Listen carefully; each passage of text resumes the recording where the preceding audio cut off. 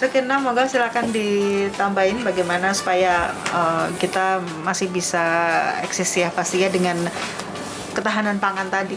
Bagaimana mereka bisa naik kelas makanan-makanan ini sehingga masyarakat bisa dengan bangganya mengkonsumsi itu. Gitu. Silakan Bapak.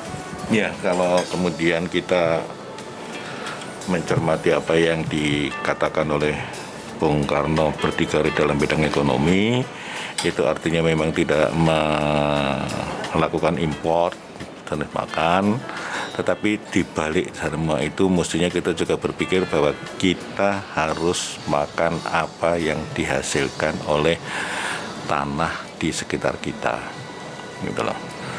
Nah, sebenarnya tidak usah jauh-jauh, tidak usah harus Indonesia. Yep. Di Jawa Tengah ini saja jenis tanah yang berada di daerah pantai dengan tanah yang berada di daerah ngarai dan di pegunungan itu juga berbeda. Pegunungan kapur dan pegunungan yang tidak kapur juga berbeda. Kalau ada pemetaan masalah itu, maka tentu daerah tertentu itu lebih cocok ditanami jenis tanaman tertentu. Nah, kalau cocoknya di situ ya jangan dipaksakan. Misalnya yang sekarang nyata, memang yang namanya Purwodadi itu daerah kedelai. Wah, luar biasa kedelai, buahnya setengah mati.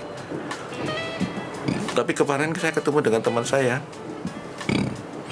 Bagaimana kalau misalnya kedelai Purwodadi? Kedelai Purwodadi tidak diterima di pabrik ini karena kandungan mineralnya berbeda dengan kedelai yang berada di sana, ditanam di tanah. Nah, sekarang yang ada di mana? Di daerah Yogyakarta, terus ke Selatan. Nah, itu sudah ada pemetaan atau belum? Gitu. Dia menemukan pemetaan itu justru karena dia membaca hasil kerjanya para penjajah dahulu. Jadi para penjajah yang saya katakan sendiri selalu itu juga ingin selalu mencari keuntungan. Tetapi keuntungan yang kemudian dicari adalah itu suatu tempat ini cocok untuk tanaman apa. Yang masih melestarikan adalah petani tembakau. Petani tembakau yang namanya Temanggung sama daerah Klaten sini surah wong lawan. Gitu. Dan itu ditanami yang lain akan merugi. Gitu. Tetapi begitu naik sedikit itu jagung.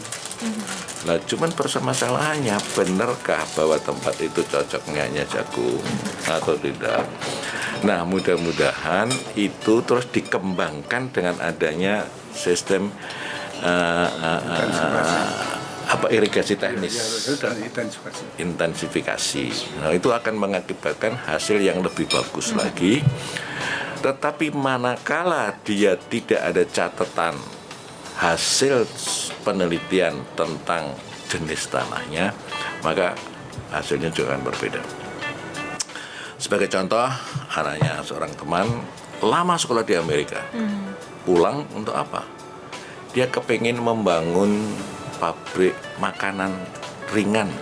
Dan apa yang diberi nama Kusuka itu loh? Oh, Kusuka. Ketela itu. Ketela ya. Itu mengadakan penelitian, ternyata yang paling cocok adalah jenis ketela ini. Dia bertanya ke sebuah lembaga pendidikan tinggi pertanian di Indonesia ini, menemukan ketela semacam ini adanya di daerah mana? Perguruan tinggi nggak ngerti. Memang beda ya. Pada akhirnya dia mengadakan penelitian sendiri, ternyata cocok yaitu di daerah Jawa Barat bagian selatan. Nah, mereka mengadakan gerakan di sana, menanam itu, mengajak masyarakat situ, hasilnya dia beli sendiri, dia pakai sebagai bahan.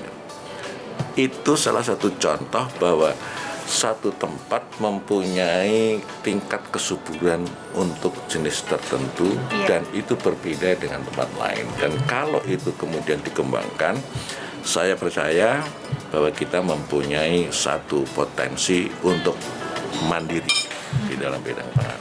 Iya. Jadi memang sama-sama sumber daya alam dan sumber daya manusia. Betul. Tadi bergerak semua ya Pak ya.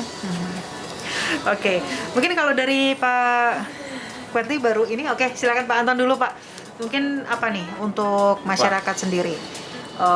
harapan dan juga bagaimana sih supaya kita bisa tetap terus berada di circle ini untuk bisa bahan makanan ini kan bisa sesuai dengan kita gitu. Ya, ada dua pandangan saya. Yang pertama, pemerintah harus hadir.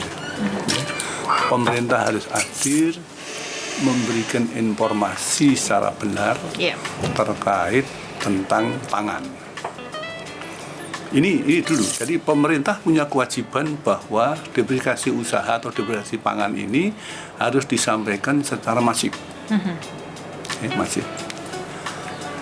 Yang berikutnya harus diberikan pendampingan dan keterampilan masyarakat untuk membangun, meningkatkan harga diri terkait dengan kondisi yang ada di masyarakat.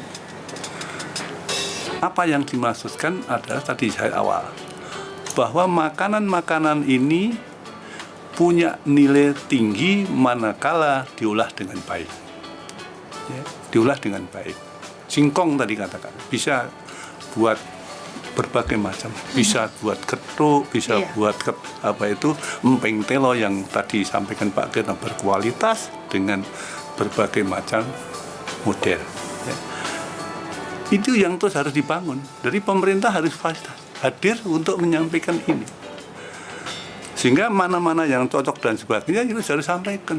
Jangan misalnya jangan sampai hanya nanam tembakau terus juga. Ya. Jangan sampai hanya nanam padi terus. Ya. Ini harus juga diinformasikan secara benar. Tadi pendidikan kritis pada masyarakat yaitu pendampingan tadi. Maka peran penyuluh itu juga menjadi penting. Peran penyuluh itu menjadi penting. Jangan sampai peran penyuluh menjadi hilang. Maka pendampingan para penyuluh pertanian, terkait bagaimana kepentingan pangannya menjadi perhatian kita. Maka pendampingan yang tadi saya maksudkan itu adalah masing-masing harus dibekali tentang keterampilan bagaimana mengelola sumber daya alam yang bisa dikaitkan dengan pangan. Itu yang jadi. Sehingga pemerintah atau pemerintah daerah ini harus betul-betul hadir. Itu. Program-program yang semacam ini harus ditingkatkan. Ya. Dan masyarakat didampingi dan keterampilannya. Jangan didampingi tapi tidak terampil ya percuma. Ya, jadi yang diperlukan adalah testimoni. Keberhasilan ini yang bisa disampaikan.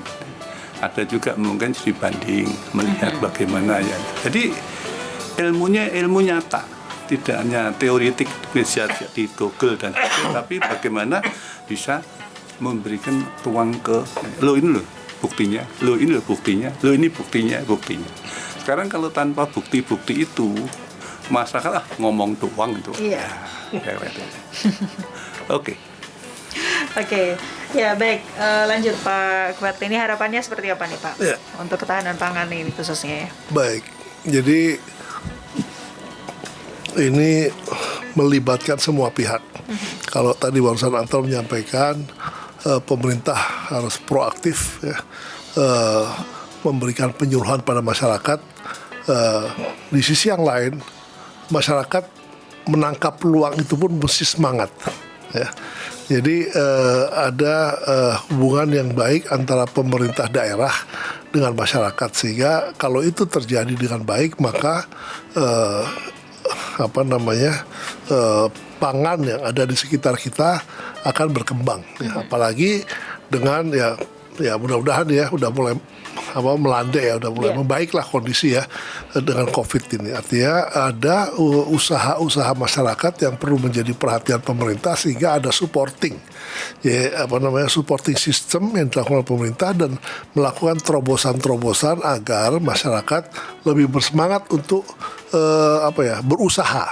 berusaha meningkatkan perekonomiannya, sehingga kalau sudah ada semangat baru untuk berusaha, nah ini akan lebih mudah bagi masyarakat untuk menjalani kehidupan ini dengan sebagaimana mestinya. Ya. Nah, ini hal-hal yang cukup penting, jadi semua pihak ya, baik dari pemerintah, masyarakat, ya harapan saya juga teman-teman pendengar yang ada di TA Radio ini juga ke depan supaya tetap optimis ya melihat ke depan, karena kita negara yang kaya dengan hasil bumi yang luar biasa, yang gizinya luar biasa, tidak kalah dengan yang lainnya, bahkan